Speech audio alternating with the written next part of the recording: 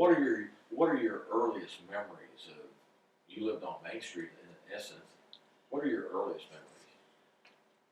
You know,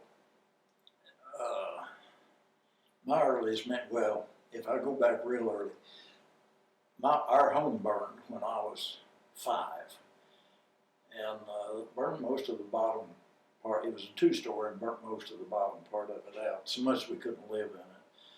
We moved uptown, upstairs. I'm not real sure what the name of the apartments were. Downtown? Yeah, we was right on Main Street downtown. You know, downtown used to be all apartments up above. Yes, sir. And we moved into one of those. Hated it, hated every day of it, because couldn't go down on Cat Creek and play with my dog and all of that business. But once we got the house rebuilt, got moved back in, my mom contracted tuberculosis. And back then, that was really a tough thing.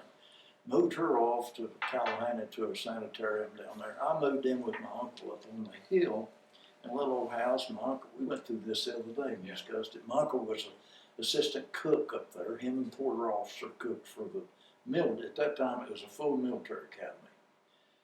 And those were my early days, because I ran that. I knew every crack and crevice in that college up there. And they had horses at the time. They played polo, and boy, they'd have dress parades on weekends. You know, put their fancy, had their swords over their shoulders and the whole thing. It was really a neat deal at that time.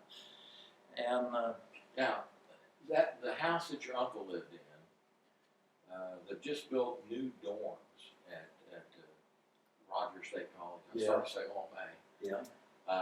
That house, my recollection is when you leave Highway 88 going west, the road dips down where the football soccer stadium is, and just as it came up and crested on that high spot was where that house is. Yeah. Now today, if you drive down that road, you'll go to Dr. Mosier's house. He lives down behind it. Yeah. Yeah. But now that was a little white frame house that faced south. Set up on top of On that top of the hill, and that's where your uncle and his name was. Your uncle's name? Goldie Herndon, and they called him Goldie because he had 2 gold teeth right in front. Okay.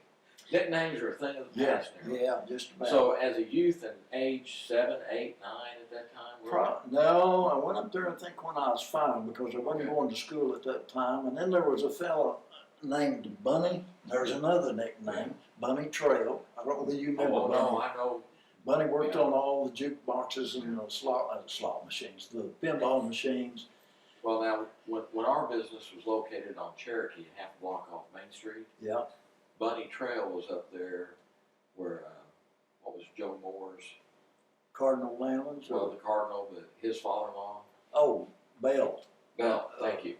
Yeah, Mary Bell. Yeah, Mary Bell. Yeah, well, in the back of where the north of the Cardinal Lounge was where Bunny Trail at that time, in the 50s, had his repair shop and stuff. Oh, I didn't remember that. Yeah, and he had a daughter by the name of Linda, who was a year older than I.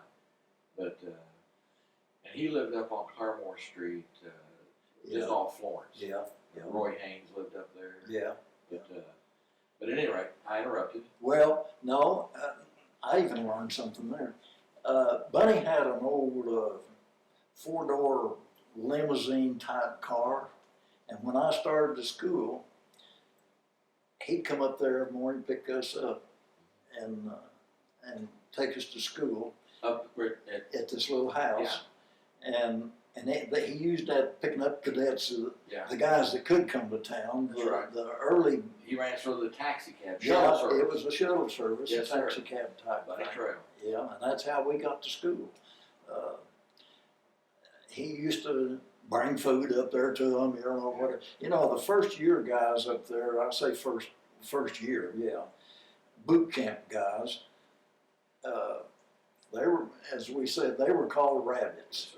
Yes, and they couldn't get off the hill. So he'd bring stuff up there and help them out all the time.